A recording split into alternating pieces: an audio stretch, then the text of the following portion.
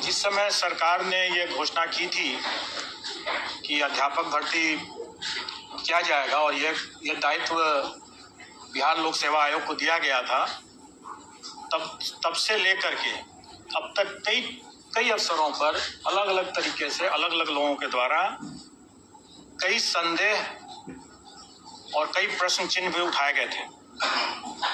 सबसे पहले तो ये कहा गया था कि आयोग की इतनी क्षमता ही नहीं है। 10 साल में आयोग ने मुश्किल से कुछ हजार नियुक्तियां ही की हैं, तो अब किसी भी हालत में इतनी बड़ी नियुक्ति आयोग नहीं कर पाएगी। उसके बाद पेपर लीक के बारे में भी लोग तरह तरह की संशय करते रहते थे, आशंका व्यक्त करते थे। उसके बाद आए दिन बार बार माननीय न्यायालय का हवाला दे करके भी लोग इसको की परीक्षा तो स्थगित होने ही वाली है। ऐसा कोई दिन नहीं था जब लोग सुबह से लेकर के रात तक लोग इस परीक्षा को रद्द करने पर लगे हुए थे।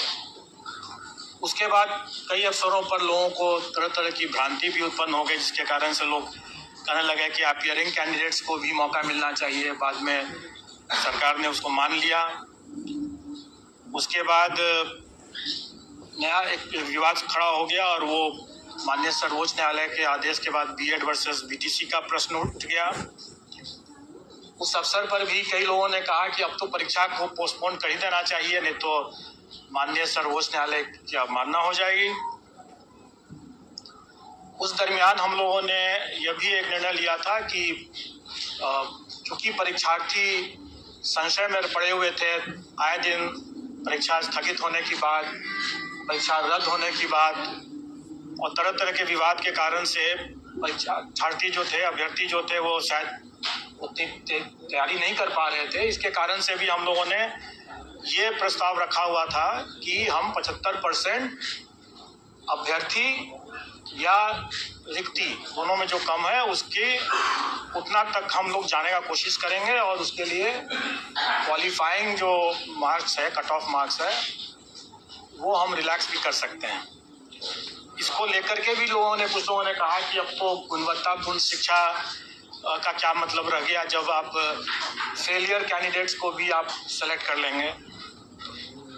उसके बाद जब हम लोगों ने परीक्षा आयोजित कराई और जो प्राथमिक वाले पीआरटी वाले जब निकल के आए तो लोगों ने हल्ला करना शुरू किया कि ये परीक्षा तो ऑफिसर्स के लिए है, ये परीक्षा तो टीचर्स के लिए नहीं है, कि सरकार की नियत ही नहीं है नियुक्ति करने की। ये सब बातें हुई। उसके बाद जब हम लोग ओएमआर शीट नहीं अपलोड कर रहे थे तो लोगों ने उसके लिए मांग करना शुरू किया कि ओएमआर शीट क्यों नहीं अपलोड हो रहा है। जब ये बताया गया कि कई अभ्यर्थियों ने ओएमआर में अपना रोल नंबर या सब्जेक्ट कॉम्बिनेशन या बुकलेट सीरीज गलत लिखा है, उसके हम लोग क्रॉस वेरिफिकेशन कर रहे हैं, तब उस पर लोगों ने कहना शुरू किया कि आप लोग ओएमआर में करेक्शन कर रहे हैं, मैनिपुलेशन कर रहे हैं और तरह तरह की शिकायत होने लगी। उसके बाद डॉक्यूमेंट वेरिफिकेशन के स्तर पर भी लोगों ने कहना शुरू किया कि क्यों डॉक्यूमेंट वेरीफाई करा रहे हैं वगैरह वगैरह। एग्ज़ाम में तो लोग कह ही रहे थे कि जब परीक्षा फल ही नहीं देंगे तो परीक्षा कराने का क्या मतलब है, बाराती और दूल्हा की बात भी कह रहे थे। और इन सभी जो ऑब्स्टेकल्स थे, रुकावट थी, उसको दरकिनार करते हुए जब हम लोगों ने परीक्षा संपन्न करा लिया, तब उसके बाद परीक्षा जब सब साफ सुथरे तरीके से हुआ तो लोगों की अपेक्षाएं, उम्मीदें इस हद तक बढ़ गई कि लोग अब ये भी मांग करने लगे कि सीटेट में जो अनुत्तीर्ण हो गए वो कहने लगे कि 5% रिलैक्सेशन कर दीजिए, जैसे कि मेरे पास सभी समस्या का समाधान हो। वो भी मेरे ही अधिकार क्षेत्र में लगता है कि जैसे है। या टीआरई में भी लोग पता नहीं कैसे लोग 5% अतिरिक्त रिलैक्सेशन की बात करने लगे। उसके बाद अभ्यर्थी 1000 गलतियां करें, सर्टिफिकेट्स में तरह तरह की गलती करें, बोले कि मेरा से ये गलती हो गया, मुझसे ये गलती हो गया, मुझे और मौका मिले, मुझे और मौका मिले।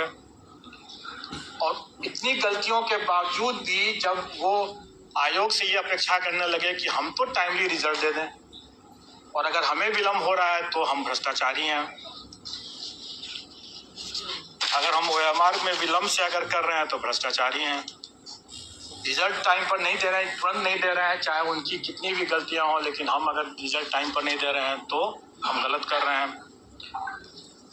सब कुछ होने के बाद अब जब अभ्यर्थी इतनी अपेक्षाएं अपनी बढ़ा लिए और आप लोग भी बढ़ा लिए, तो सरकार भी पीछे क्यों रहती। तो सरकार ने भी हम लोगों से ये अपेक्षा किया कि भाई आप रिजल्ट के साथ साथ जिला भी आवंटित कर दें। अब आप देखें कि हमारे काम कितने बढ़ गए, और ये सभी काम हमें बिना किसी मिस्टेक के, बिना कोई त्रुटि के फुल प्रूफ तरीके से करना है। ये छोटी बात नहीं है।